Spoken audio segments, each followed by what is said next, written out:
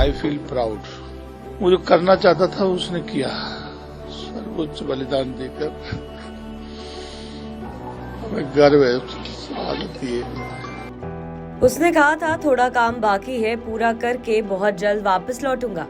लेकिन शायद इस पिता को नहीं मालूम था कि उनका बेटा लौटेगा तो जरूर, लेकिन तिरंगे में लिपटा हुआ।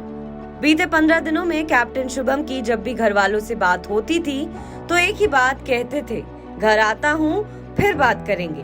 बता दें कि उनकी छुट्टी भी मंजूर हो चुकी है। अगर राजौरी में आतंकियों की घुसपैठ ना होती तो कैप्टन शुभम अपने परिवार के साथ होते, लेकिन नियति को तो कुछ और ही मंजूर था। आगरा के रहने वाले अधिवक्ता बसंत गुप्ता के बेटे शुभम गुप्ता घर लौटे भी तो ऐसे कि पूरा देश उनके लौटने पर गमगीन है। जिस किसी ने ये खबर सुनी उसकी आंख नम हो गई।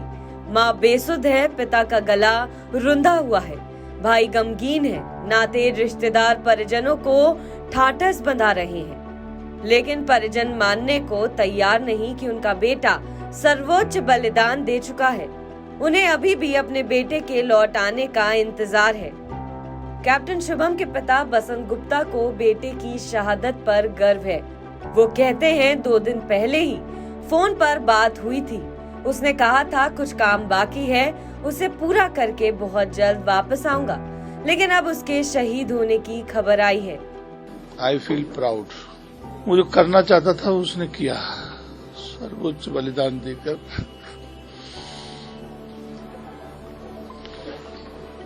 हमें गर्व है, शहादत दी है।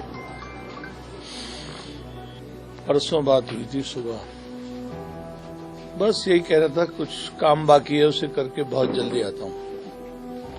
2-1 दिन में छुट्टी आने वाला था। पिछले 15 दिन से ही लगातार कह रहा था एक काम है, वो करके आता हूँ। बता दें कि राजौरी में 23 नवंबर को आतंकियों से मुठभेड़ में सेना के 5 जवान शहीद हुए थे। इनमें शुभम गुप्ता भी हैं। कैप्टन शुभम को सूचना मिली थी कि आतंकी पीर पंजाल के जंगल में छिपे हुए हैं। सर्च ऑपरेशन चलाया गया। पहले से घात लगाए आतंकियों ने फायरिंग झोंक दी। कैप्टन शुभम को गोली लगी, साथ ही जवानों ने उन्हें बचाने की पूरी कोशिश की, लेकिन आतंकियों से मुकाबला करते हुए वो वीर गति को प्राप्त हुए। शुभम की उम्र महज 27 साल थी, लेकिन हौसला आसमान की बुलंदियों को छूते थे। सेना में शामिल होने का जज्बा ऐसा कि वकालत की पढ़ाई छोड़ दी और सेना की वर्दी पहन ली। तेरी मिट्टी में मिल जावा उनका पसंदीदा गाना था। वो अक्सर इस गाने को गुनगुनाते रहते थे। सेना में शामिल हुए तो सिंगिंग कोर की जिम्मेदारी मिली, लेकिन शुभम को ये रास नहीं आया। 2-3 महीने बाद ही कमांडो ट्रेनिंग के लिए अप्लाई किया और कोर्स पूरा किया। घर लौटे तो माँ ने पूछा, बेटा ये हाथ पैरों में निशान कैसे हैं? तो शुभम ने चहकते हुए बताया, माँ मैं कमांडो बन चुका हूँ। और कोई ऐसी बात है जो विशेष रहती हो जब आते हो तब?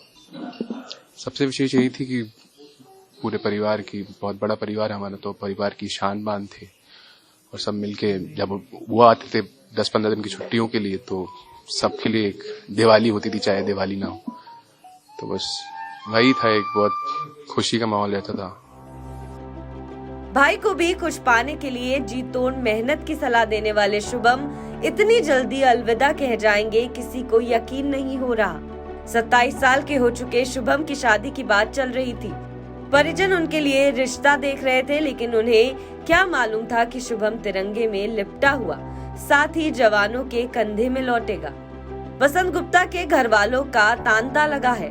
आगरा जिला जज, सांसद, विधायक और तमाम नेता शुभम को श्रद्धांजलि देने उनके घर पहुंच रहे हैं। शुभम की शहादत पर सूबे के मुखिया योगी आदित्यनाथ ने भी प्रतिक्रिया दी है।